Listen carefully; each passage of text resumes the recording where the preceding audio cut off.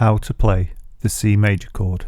The C major chord is more often referred to as just C, so when you see it in music and tab, it'll be called just C.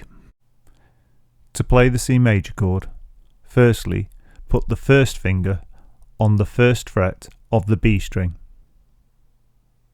Then, put the second finger on the second fret of the D string. Finally, put the third finger on the third fret of the A string. Now strum.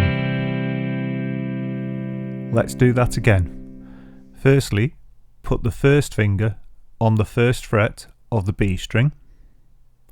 Then put the second finger on the second fret of the D string. And finally, put the third finger on the third fret of the A string. Now strum that again. Notice the X on the end of the bottom E string. This means you don't play this string. So when you strum from the next string up. So let's try that.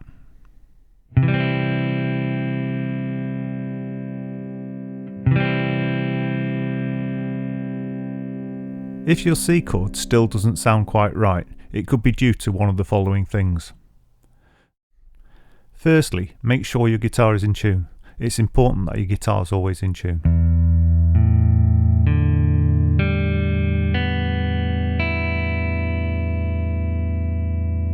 Secondly, make sure your fingers are getting good contact with the strings and they're between the frets.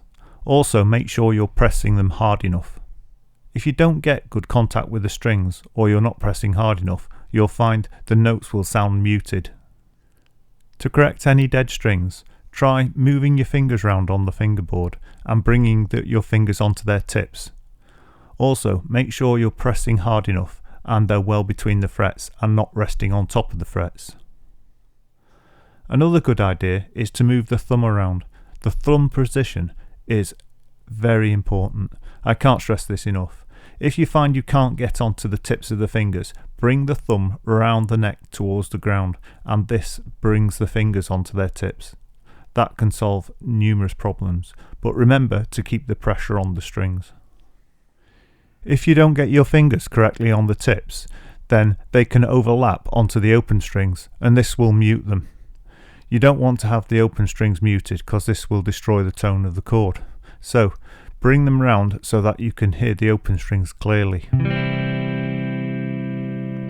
If you want to be 100% sure that the chord is playing correctly, or you just want to find a dead string that you can hear in the strum but you can't locate, play each note individually. By doing this, you can find out which strings are ringing correctly and which ones aren't. Then you can move your fingers around and correct it.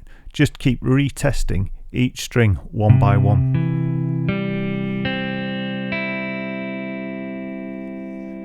It's worth mentioning in this tutorial another fingering that comes up quite often. This isn't really a correct fingering for the C chord. It's actually a C with a G bass, and it's what's known as an inversion.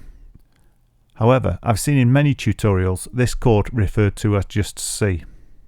Now, if you've learnt this way, it isn't necessarily wrong, and it sounds okay where it replaces a normal C. However, if you haven't learned this way, the correct C is far easier to learn, so I would stick with that. Basically, the two chords are interchangeable, so don't worry if you're learning a song and it has a different C listed. They'll both do. This being a beginner's guide, I don't want to go too deeply into theory, but basically, the added note is a G. And we don't really want to start a C chord on a G. Ideally, we want to start it on a C. So this is the best one to learn to start with.